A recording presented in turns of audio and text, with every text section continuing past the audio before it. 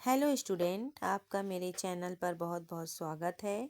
आज मैं आपको कार्ल मार्क्स का सेकेंड वीडियो है ये इसको लेकर आई हूँ। कार्ल मार्क्स का समाजवाद। पहले वीडियो में मैंने कार्ल मार्क्स की बुक्स और उनके कुछ कॉन्सेप्ट क्लियर किया है और अब ये सेकेंड वीडियो है। अगर इसमें भी पूरा नहीं हो गई कार्ल मार्क्स के अवधारणाएँ तो फिर मैं नेक्स्ट वीडियो भी लेकर आऊँगी, आपके लिए प्रोवाइड करवाऊंगी आपको अगली वीडियो भी। ये सेकेंड वीडियो है कार्ल मार्क्स की। चलिए आइए देखते हैं कार्ल मार्क्स का वैज्ञानिक समाजवाद, scientific socialism of Karl Marx. आगे देखें कि सर्वहारा समाजवाद तथा वैज्ञानिक समाजवाद के नाम से ज्ञात मार्क्सवादी समाजवाद को मार्क्स इसलिए वैज्ञानिक कहता है कि इस इतिहास के अध्ययन पर आधारित है। उससे पहले साइमन फोरियर और ओवेन का समाजवाद वैज्ञानिक इसलिए नहीं था क्योंकि वह इतिहास पर न होकर केवल कल्पना पर आधारित था, और इनका जो समाजवाद है ये कल्पना पर आधारित न होकर वैज्ञानिक तौर पर इन्होंने समाजवाद दिया है। मार्क्स का दर्शन बड़ा विराट और सुसंबद्ध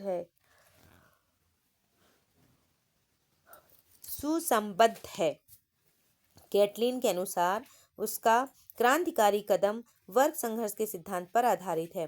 वर्ग संघर्ष अतिरिक्त मूल्य के अतिरिक्त सिद्धांत पर आर्थिक सिद्धांत इतिहास की आर्थिक व्याख्या पर, मार्क्स हीगल के द्वंद्वात्मक सिद्धांत पर और द्वंद्वात्मक भौतिकवादी आध्यात्मिक विद्या पर आधारित है। इस प्रकार स्पष्ट मार्क्स के विचारधारा के निम्न आधार स्तंभ हैं। द्वंद्वात्मक भौतिकवाद, ये इम्पॉर्टेंट कॉन्सेप्ट है कार्ल मार्क्स का, आप इसको नोट कर लीजिएगा। द्वंद्वात्मक भौतिकवाद, ऐतिहासिक भौतिकवाद जो उन्होंने हीगल फायरबाख से लिया। अतिरिक्त मूल का सिद्धांत डेविड रिकार्डो एडम स्मिथ। वर्ग संघर्ष का सिद्धांत, वर्ग संघर्ष का उन्होंने सिद्धांत लिया। मार्क्स का क्रांतिकारी सिद्धांत। और अगला है ये सभी स्तंभ जिन पर मार्क्स ने अपने दर्शन का भवन निर्मित किया है। ये मार्क्स ने अपने छोटे छोटे कॉन्सेप्ट दूसरों से लिए हैं, यानी भवन का निर्माण करने के लिए छोटी छोटी ईंटें एकत्रित किए हैं कार्ल मार्क्स ने, जिस पर उन्होंने समाजवाद का एक भवन निर्मित किया। एक दूसरे से गुथे हुए हैं और उसकी विचारधारा की अविभाज्य इकाई है। देखिए मार्क्स का द्वंद्वात्मक भौतिकवाद क्या है। द्वंद्वात्मक भौतिकवाद दो शब्दों से मिलकर बना है। इसमें प्रथम शब्द द्वंद्वात्मक उस प्रक्रिया को स्पष्ट करता है जिसके अनुसार सृष्टि का विकास हो रहा है, और दूसरा शब्द भौतिकवाद सृष्टि के मूल तत्व को सूचित करता है। द्वंद्वात्मक भौतिकवाद का सिद्धांत मार्क्स के संपूर्ण चिंतन का मूलाधार है। यह सिद्धांत भौतिकवाद को मान्यताओं को द्वंद्वात्मक पद्धति के साथ मिलाकर सामाजिक परिवर्तन की व्याख्या देने का प्रयत्न करता है।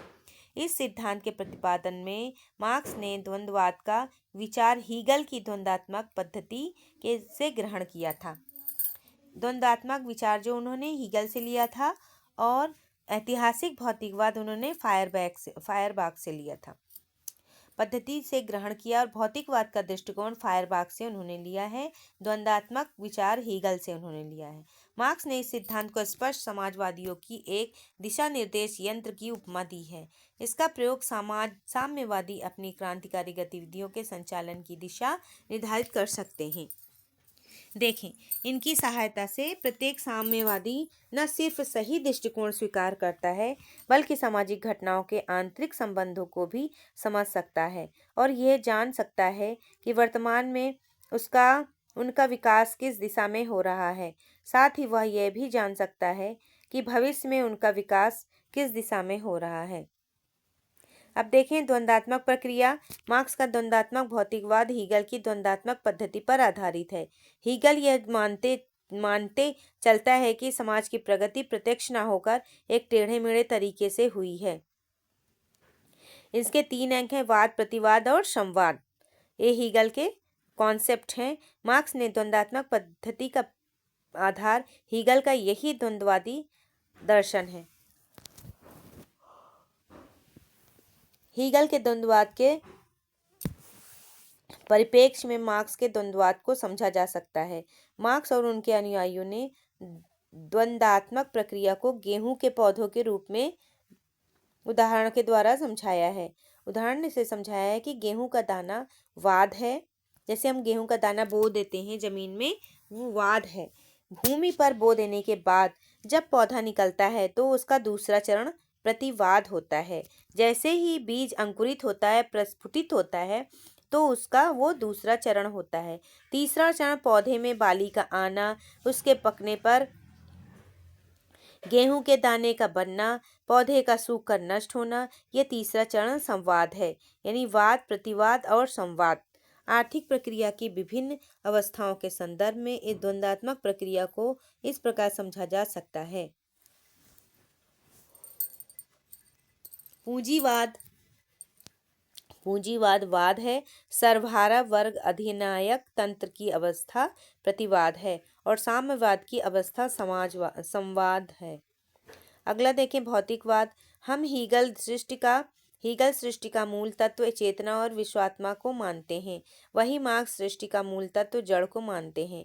मार्क्स के अनुसार सृष्टि की उत्पत्ति जड़ से हुई है, यहाँ तक कि चेतन की उत्पत्ति भी जड़ से हुई है। मार्क्स का जड़ से तात्पर्य भौतिक परिस्थितियों और आर्थिक परिस्थितियों से है। मार्क्स के अनुसार आर्थिक संबंधों के महत्वपूर्ण उत्पादन प्रणाली है। जब उत्पादन प्रणाली में परिवर्तन होता है तो समाज में भी परिवर्तन होता है। समाज में यह परिवर्तन द्वंद्वात्मक पद्धति से ही होता है।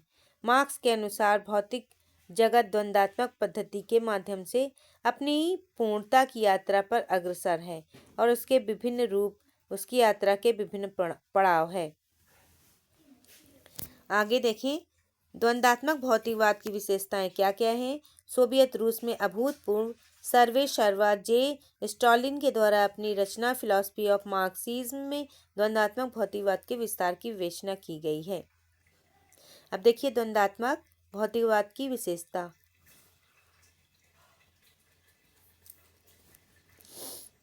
नंबर 1 है द्वंद्वात्मक, इसे विश्व स्वतंत्र और असंबद्ध वस्तुओं का ढेर या संग्रहण मात्र नहीं है, समग्र इकाई है। इसकी समस्त वस्तुएं संबद्ध और परस्पर निर्भर हैं, इसलिए हमारे द्वारा किसी वस्तु को दूसरे वस्तु के साथ उनके संबंधों के संदर्भ में ही समझा जा सकता है।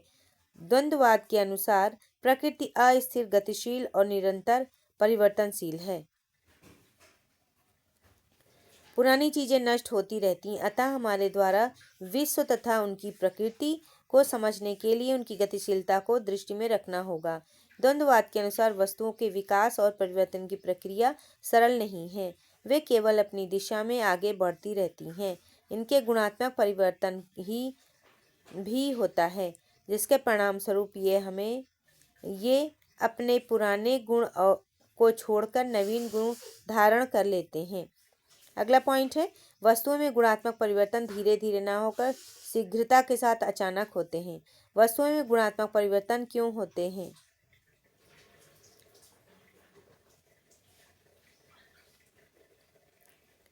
वस्तुओं को गुणात्मक परिवर्तन क्यों होते हैं, इसका उत्तर मार्क्स हीगल की विचारधारा के आधार पर ही देता है। उनके अनुसार वस्तुओं में शाश्वत अंतर विरोध पाया जाता है।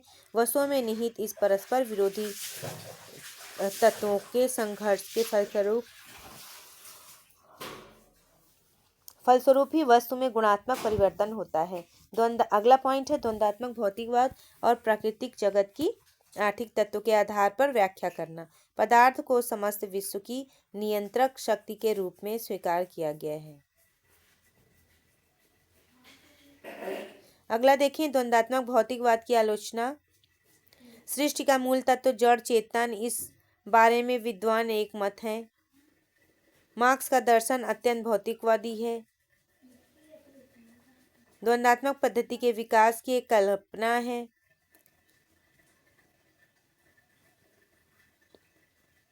मार्क्स प्रमाणों के स्थान पर उदाहरण पर बल देते हैं। द्वंद्वात्मक भौतिकवाद के विकास के नियम। द्वंद्वात्मक भौतिकवाद के नियम में क्या है? एकता और संघर्ष का नियम। लेनिन के अनुसार विपरीतों की एकता और संघर्ष का नियम द्वंद्वात्मकता का सार तत्व है। यही नियम है जो मार्क्स के द्वंद्वात्मक भौतिकवाद को जन्म देता है। यह नियम विकास की द्वंद्वात्मकता को समझाने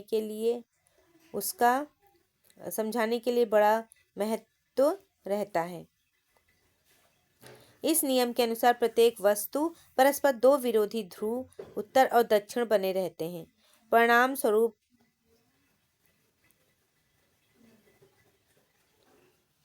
परिणाम से गुण ही की और परिवर्तन, मात्रा में भारी परिवर्तन से गुण में भी परिवर्तन होता रहता है। जिस प्रकार गर्म जल होकर भाप में परिवर्तित होता है, उसी प्रकार से होता है। अगला देखिए, निषेध का निषेध नियम।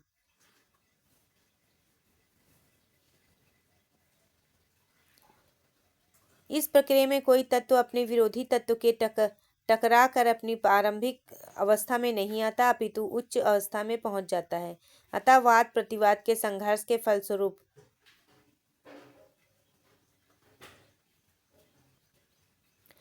उच्च अवस्था में पहुंच जाता है। अतः वाद प्रतिवाद के संघर्ष के फलस्वरूप बना संवाद वाद नहीं, अपितु उच्च अवस्था का प्रतिनिधित्व होता है। ये आपका कॉन्सेप्ट पूरा हुआ। दूसरा वीडियो, इसमें भी कार्ल मार्क्स का पूरा हुआ नहीं, पूरी अवधारणा नहीं आई है। इसके लिए मुझे नेक्स्ट वीडियो बनाना पड़ेगा।